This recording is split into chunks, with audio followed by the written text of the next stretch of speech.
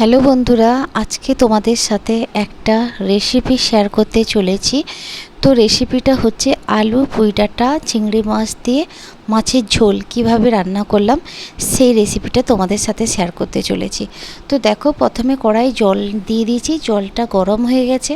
জল গরম হয়ে যাওয়ার পরে আলু আর পুঁই ডাঁটাটা জলে দিয়ে দিয়েছি। জলে দিয়ে সামান্য পরিমাণ নুন দিয়ে দিয়েছি। তারপরে সেদ্ধ হওয়ার জন্য ঢাকনা দিয়ে দিলাম। তো কিছুক্ষণের জন্য ঢাকনা দিয়েছিলাম, যখন খুলে দেখি তো আমার হালকা বয়েল হয়ে গেছে। আলুটা সেদ্ধ হয়েছে কিনা একটু দেখে নিলাম যে আলু সেদ্ধ হয়ে গেছে।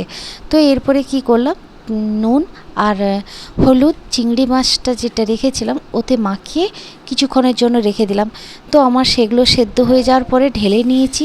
ঢেলে নেওয়ার পরে কড়াতে গরম করে কড়াই পরিমাণ মতো তেল দিয়ে দিয়েছি। তেল দিয়ে যে আলু আর পুঁই ডাঁটা সেদ্ধ হয়ে গেছিলো সেগুলোকে আমি হালকা ভেজে নেব। ভেজে নেওয়ার পরে দেখো সুন্দরভাবে ভাজা হয়ে গেছে। ভাজা হয়ে যাওয়ার পরে তুলে নিলাম। চিংড়ি মাছটা ভাজার জন্য কড়াতে অল্প পরিমাণ তেল দিয়েছি।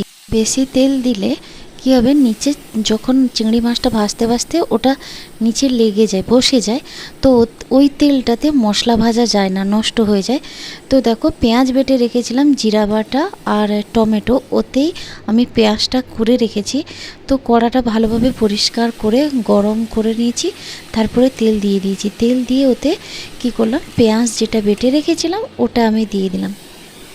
তো ভালো করে তেলে পেঁয়াজটাকে মারবো।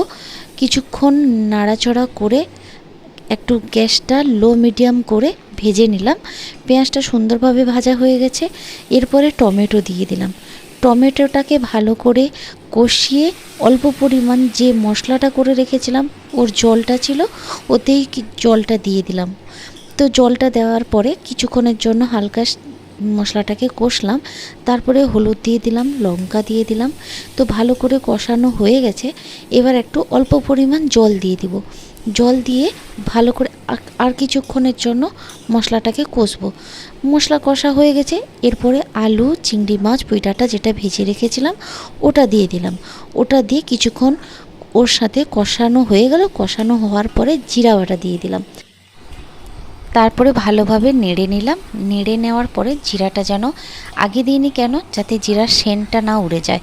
তো আমার ভালোভাবে কষানো হয়ে গেছে। কষানো হয়ে যাওয়ার পরে সামান্য অল্প পরিমাণ নুন দিয়ে দিলাম। সেদ্ধতে নুন দিয়েছিলাম, তারপরে জল দেবো যেহেতু, ওই জন্য অল্প পরিমাণ নুন দিলাম।